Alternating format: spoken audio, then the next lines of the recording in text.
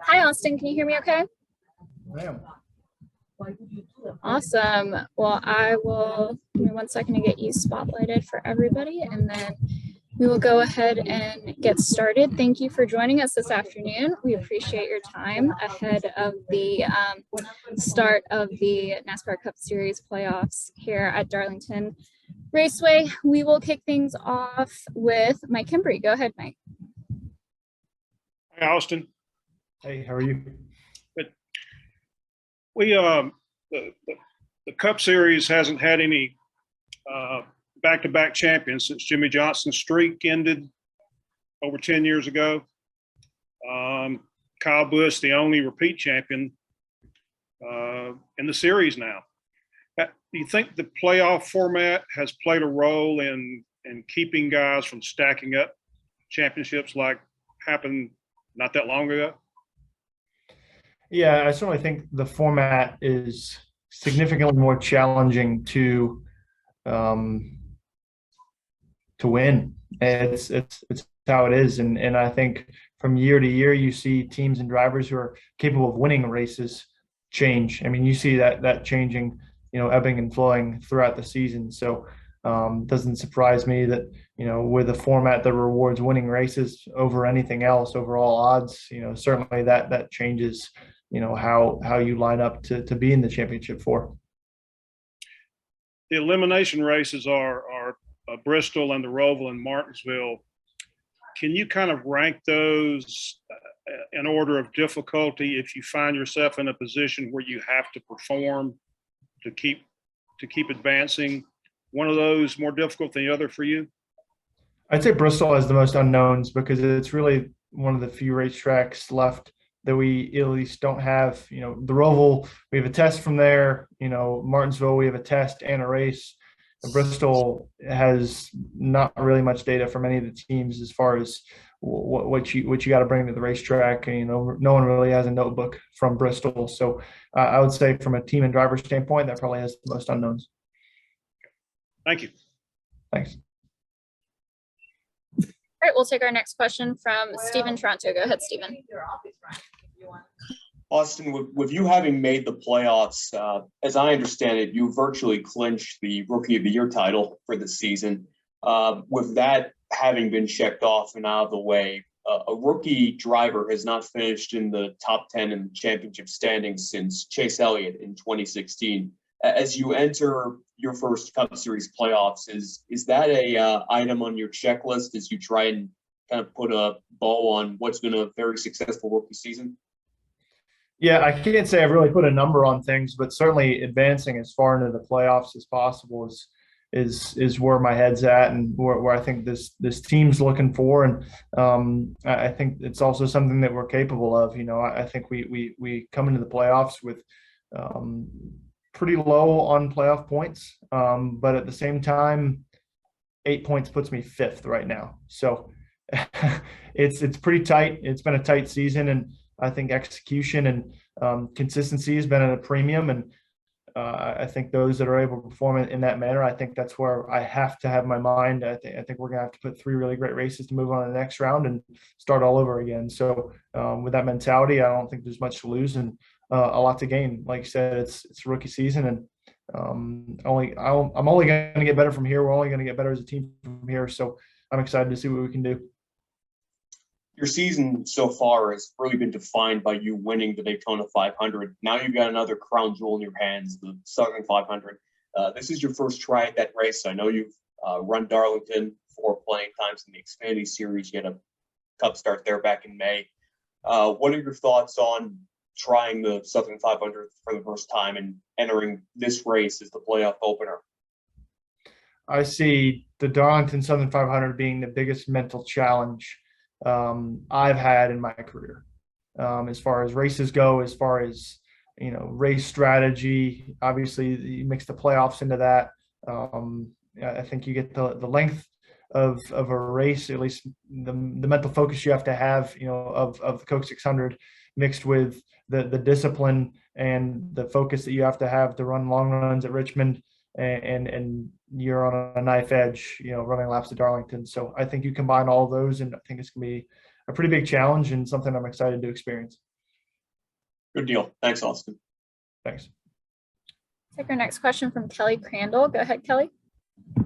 Thank you. Hey, Austin, I got a couple for you. So you were the first guy that was pretty sure they were going to be in the playoffs. You won the Daytona 500, which must feel like a lifetime ago. So is it nice to just get to the point where the playoffs are finally starting?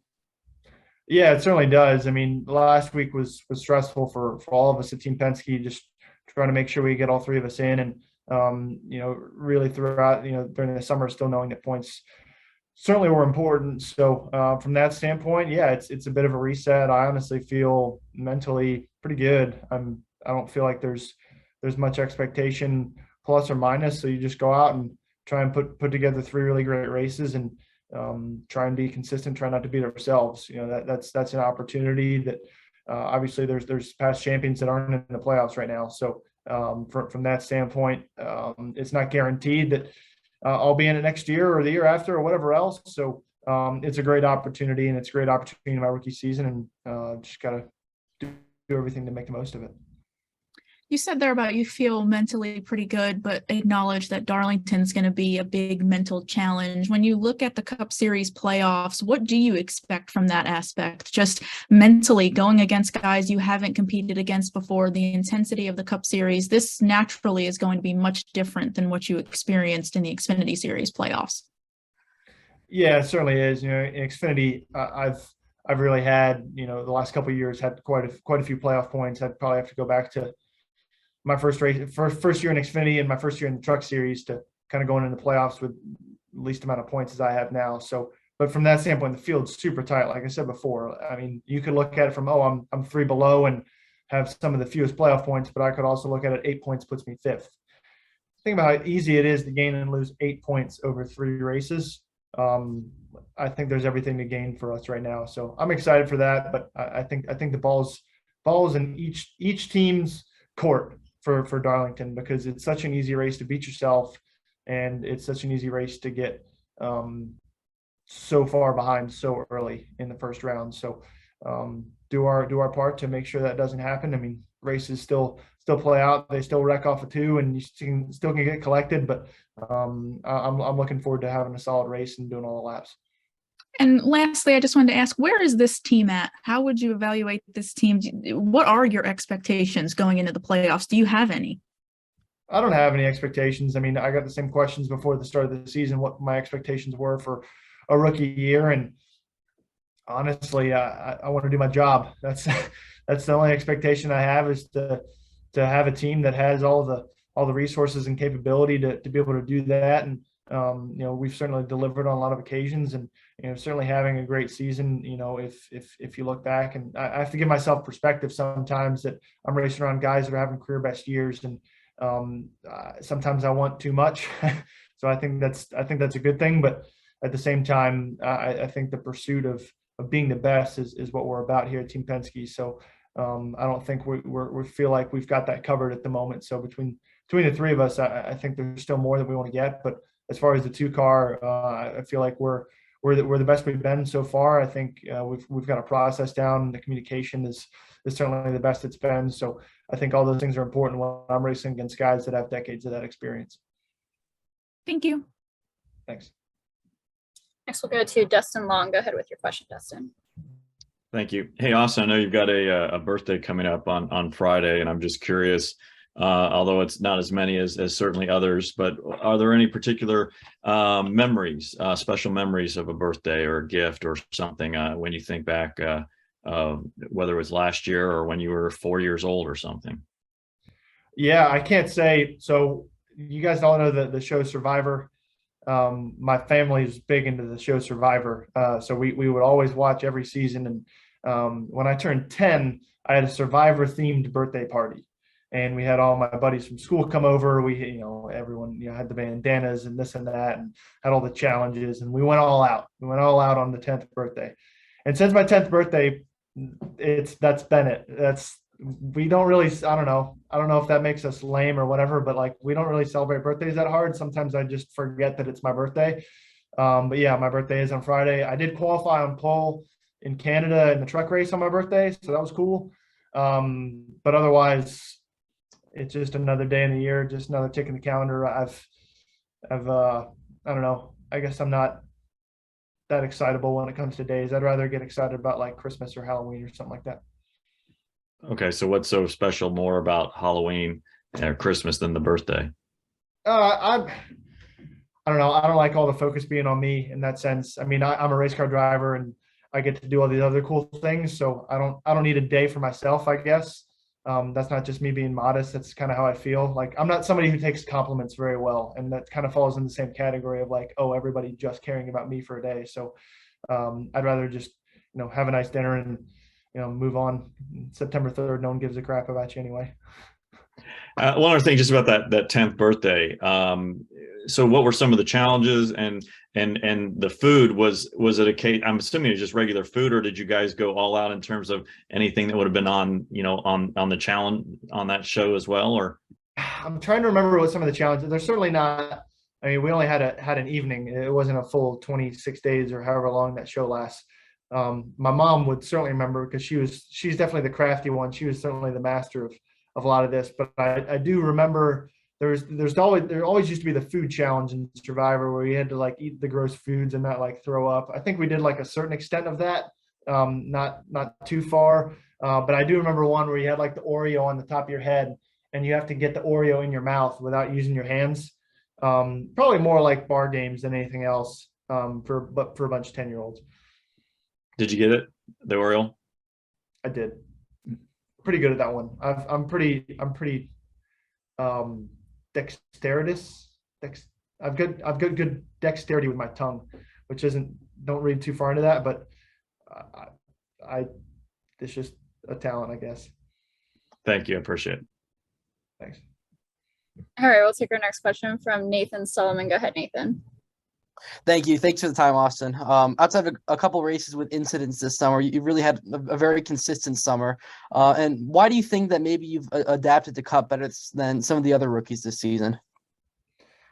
Yeah, it's certainly hard to say, speaking on, other guys and what their experience level is and how they've done. But I do feel like, you look at the guys who've moved up over the last couple of years, and I feel like there's been a pretty good wave that's come through the Xfinity series probably the last 4 or 5 years.